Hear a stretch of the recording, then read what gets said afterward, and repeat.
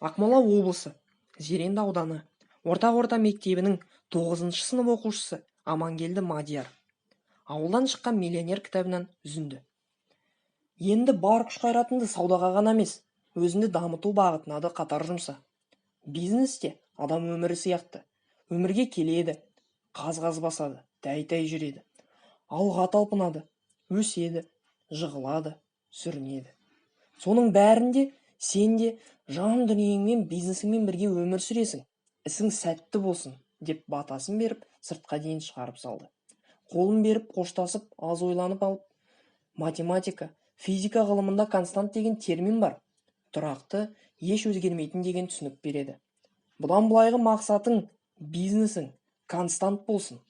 Сенің үлкен бизнес жасап, елге пайдаң тиетініне, жомарт жүректі бай азамат болатыныңа сенем, деді. Жомарт үлкен кісінің батасын алып, Алматының үстінде қанат байлап ұшып жүргендей болып қайтты. Қысқы сессияда емтихан алып отырғанда, Боранбай Жүсіпбекұлы Жомарттың жауабына риза болып, жанында бірге қабылдап отырған докторантына: «Иосиф Карпович, мына Жолдыбайұлы бар ғой, аман болса бір жерден шығады», деді есікті жауып шығып бара жатқан студентінің соңынан ризашылықпен. Докторант көзілдірігінің астынан өз ұстазына таңырқай қарап: «Бір жерден шығады дегеніңізді қалай түсінуге болады, Боранбай Жүсіпбекович?» деді. Профессор ақшулан шашын әдетінен маңдайынан кері қарай бір сипап қойып: «Әзірге ауылдан келген бала ғой, болашақтың тілімен айтқанда түбінде премьер-министр болады», деді көзі күлімдеп. Ұстазының берген Роберт Тору Киясакидің «Ауқатты әке, кедей әке» деген кітабын Жомарт жата жастана оқып, әр сөзіне мән беріп жаттап алды деуге болар. Бір ретте құламай, сәби жүруді үйренбейді. Себебі біз жүруді құлай-құлай үйренеміз. Бизнестің жолы да солай. Неліктен қоғамның көп бөлігі ауқатты адамдардан тұрмайды?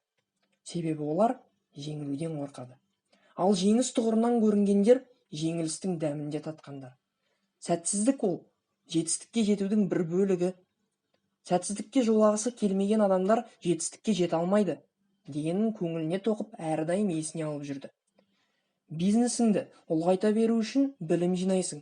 Алдымен университетті аяқтайсың, одан соң магистратураға түсесің, шет тілдерін үйренесің, бизнес тренингтерге қатысасың, білім үйренесің. Қазақстан ғана емес, оның арғы жағында тұтас әлем жатыр. Сендей ұлының қызығын көрмей кеткен әкең сенің алдында болады әрдайым.